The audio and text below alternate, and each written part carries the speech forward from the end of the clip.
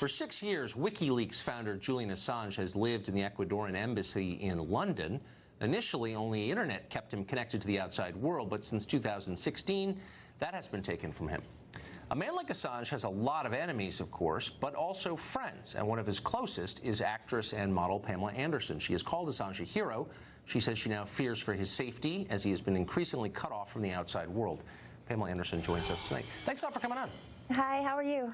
Really well, thanks. The obvious question I can't resist asking, how do you know Julian Assange? I know, it's kind of a funny pairing, but I met him through Vivienne Westwood.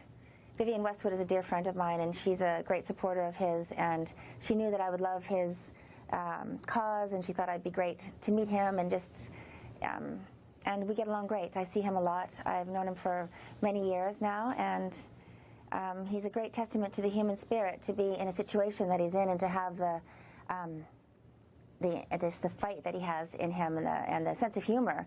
I mean, he's really an incredible person. So it raises an interesting question.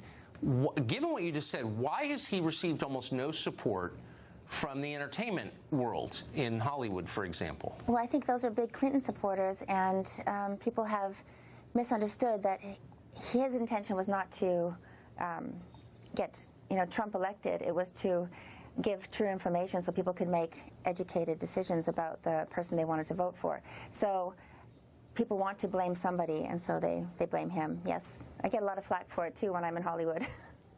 So the idea is if you support Assange, you're somehow against Hillary Clinton? In some cases. Huh. Yeah. Now, you also know Vladimir Putin. Do you believe, remarkably, impressively, what do you make of the allegation that Assange and Putin were working together to expose Hillary's emails? It's crazy. It's a crazy. Everyone likes to blame Russia when anything goes wrong in America. And I've spoken at the Kremlin many times, and the last time I was there, there was something happening, and the first thing they say to me, so what have we done wrong this time? It's kind of a common joke that America likes to blame them for everything. So, I was with Julian before the election, and he had no idea. He really did not think that Trump was going to win the election, but it turned out the way it did. Some people are happy. So you're speaking at the Kremlin. You're hanging with Julian Assange, the Ecuadorian embassy in London. Did you ever ask yourself, how did I get here exactly? Is this the life path that you planned? Well, I'm an animal activist. I've been an activist for animals since I was young, and then I spoke about the environment. I spoke about a green economy in Vladivostok. They invited me to the Kremlin. They loved the way I was speaking, and I touched a lot of people, and so they really wanted me to continue my work in Russia, and that was just a coincidence. I'm on the Russian Council of IFA, which is the International Federation of Animal Welfare, and pardon me? Oh, and so it just is a coincidence that I know all these kind of crazy, wild, intelligent, interesting people. So I know that you live in France now. Yes. But when you go back, I think you have a home in L.A., Malibu. When you go back there and you say, I was just over at the Kremlin talking to Vladimir Putin, what kind of response do you get?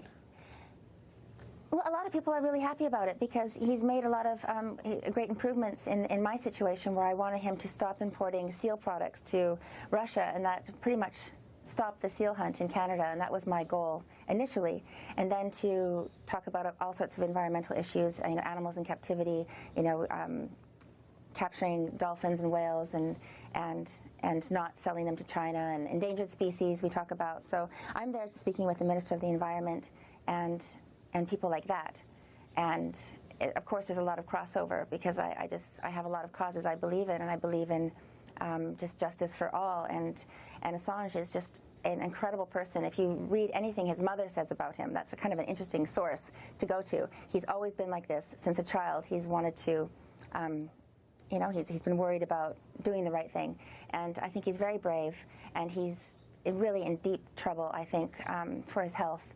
And he's never been into sunlight. He's never been in the sunlight for 6 years. That's already harmful, and now he's been cut off. No internet, no phone calls, no visitors, and they're trying to squeeze him, I think, out of there, and one of his only choices pretty soon is probably to leave the embassy, and he'll be arrested, then deported to America, which I don't think is going to be favorable for him.